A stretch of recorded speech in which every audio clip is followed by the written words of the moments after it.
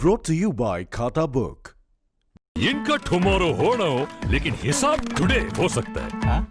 कैसे? भाई खाता आउट करो, खाता बुक डाउनलोड करो, ये ऑटोमेटिकली हिसाब करे, उधारी वापस लाए फटाफट। भेज दिया उसको हिसाब। खाता बुक, बिजनेस हुआ इजी।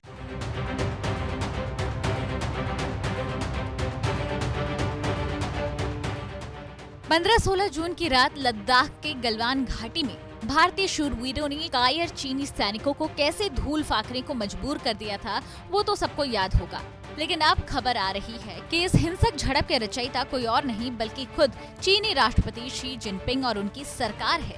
और इस बात की पुष्टि हुई है एक अमेरिकी रिपोर्ट में। इस रिपोर्ट में दावा किया गया है चीन सरकार ने गलवान घाटी में हुई खूनी हिंसा की साजिश रची थी और इसके लिए यूनाइटेड स्टेट्स चीन economic and security review commission ने बाकायदा एक रिपोर्ट की जिसमें कहा है कि गलवान झड़प एक साजिश थी और इसमें जानलेवा हमले की आशंका भी थी। इस बात के सबूत सामने आए हैं। सैटेलाइट की तस्वीरों से पता चलता है कि झड़प से एक हफ्ते पहले चीन ने इलाके में 1000 सैनिकों को तैनात कर दिया था। रिपोर्ट के मुताबिक इस हमले का मकसद चीन का अपने पड़ोसी देशों के खिलाफ जोर जबरदस्ती अभियान को तेज करना था। बीजिंग ने अपने पड़ोसियों के खिलाफ एक मल्टी लेयर कैंपेन तेज कर दिया है। इससे जापान, भारत और साउथ ईस्ट एशिया के देशों के साथ उसका तनाव बढ़ा है। चीन के रक्षा मंत्री ने अपने जवानों को युद्ध के लिए उत्साहित किया था। बता दें कि जून 2020 में चीन की पीपल्स लिबरेशन आर्मी और भारतीय सैनिकों के बीच हिंसक झड़प हो गई थी और ये घटना लाइन ऑफ एक्चुअल कंट्रोल पर लद्दाख की गलवान घाटी में हुई।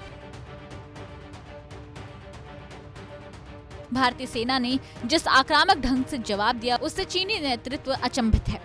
15 जून को गलवान घाटी में हुए हिंसक टकराव में जहां भारत माता के 20 सैनिक शहीद हो गए थे तो वहीं जवाबी कार्रवाई में चीन के कम से कम 43 सैनिक मारे गए थे। कहा जा रहा था कि ये संख्या 60 भी हो सकती है क्योंकि चीन ने अपनी तरफ से कोई आधिकारिक आंकड़ा पेश नहीं किया। हालात अब ऐसे हो गए हैं कि चीनी राष्ट्रपति अब भविष्य में अपने देश में पैदा होने वाली चुनौती के मद्देनजर बचाव का रास्ता तलाश रहे हैं। बता दें भारत और चीन के बीच 1975 के बाद ये पहली बार था कि दोनों पक्षों के बीच झड़प में सैनिकों की जान गई हो। इस इलाके में मई से ही कई सेक्टरों में तनाव बढ़ाने वाली घटनाओं का सिलसिला शुरू हुआ था। फिलहाल भारतीय सैनिकों ने जिस मारक क्षमता से चीनी सेना को जवाब दिया उसकी उम्मीद चीन को नहीं थी।